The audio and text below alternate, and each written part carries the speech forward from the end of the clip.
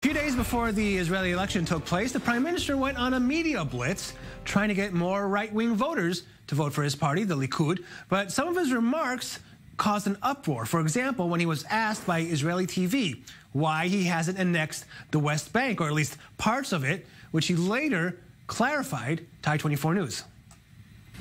Who says that we won't do it? We are on the way and we are discussing it. I said I would apply Israeli law, or annex, if you will, the Jewish communities, the Israeli communities in Judea, Samaria. That's different. And I want to do it as far as I can with American support. Well, those remarks made waves also across the pond. 9 Jewish groups, including 5 associated with the reform and conservative movements, wrote to U.S. President Donald Trump asking him to preserve the two-state solution. The letter, which was also signed by 4 U.S. congressmen, says, "We believe that it would lead to greater conflict between Israelis and Palestinians, severely undermine, if not entirely eradicate, the successful security coordination between the State of Israel and the Palestinian Authority, and galvanize efforts such as the boycott, divestment, and sanctions movement that are intended to isolate and delegitimize Israel." Let's break it all down with my guest. Joining me from D.C. is Michael Koplow, Policy Director at the Israel Policy Forum, one of the organizations that signed that letter. And here in studio is our Senior International Affairs Correspondent, Owen Alterman. Thanks for coming on the show. Good to see you both. Michael, I want to start with you. Tell us, why did you sign this letter? Why was the Jewish community so up in arms over these statements made by the Prime Minister? Thank you for having me, Ami. So the reason we signed this letter are for a few reasons, actually. One is our conviction that for Israel to remain Jewish, democratic, and secure, it cannot annex the West Bank or parts of the West Bank because it will put the two-state solution at risk.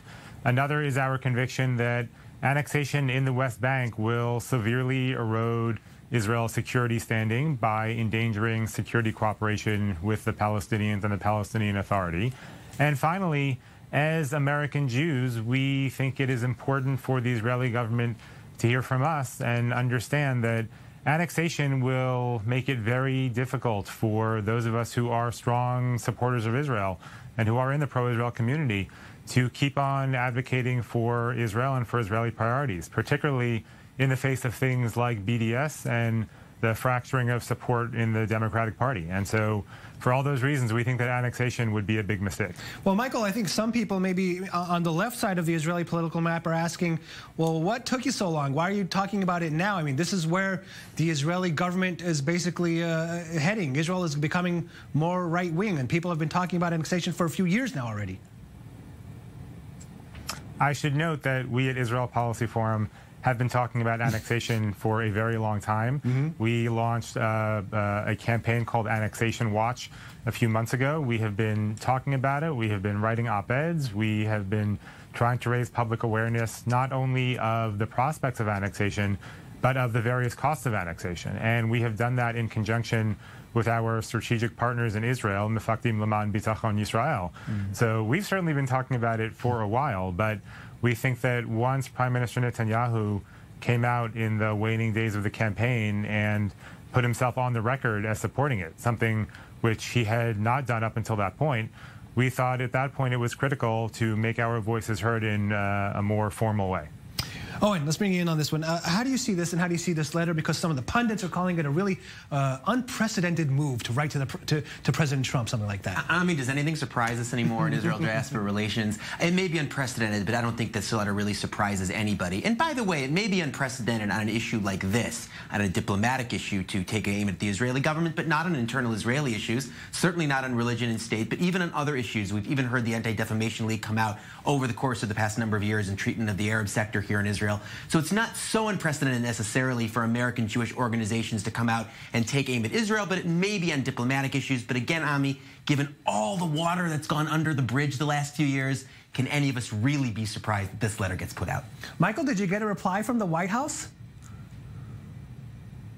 We have not gotten a reply from the White House. I hope to get one, but we have not yet. Do you expect, Owen, that the White House will reply to a letter like this? Because seeing how these are, liberal Jewish organizations, I think, we can call it, that's the other side of the map, isn't it?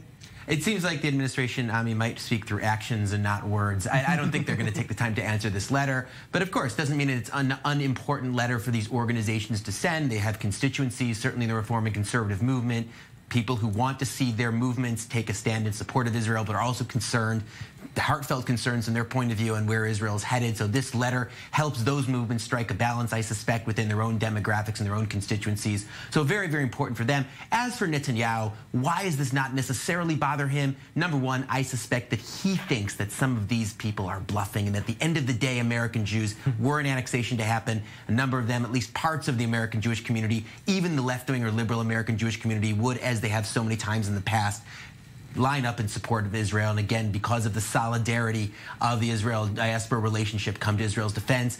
Also, I suspect that Netanyahu feels that he may not need some of these groups. He can go to those other allies that he's building, whether it be evangelical Christians or right-wing Jewish groups. And number three, I suspect that Netanyahu feels that even weighing the costs and benefits, even if it is costly to him not to have the support of some of these groups, the benefits outweigh the costs. And he sees a real opportunity here, potentially. Again, we'll see if he actually follows through and does this. Saying it in the campaign is one thing, actually doing it might be another. But if he actually does this, he might see this as an opportunity for a short-term gain, even with a long-term cost, just as he did in terms of opposing the Iran nuclear deal in 2015.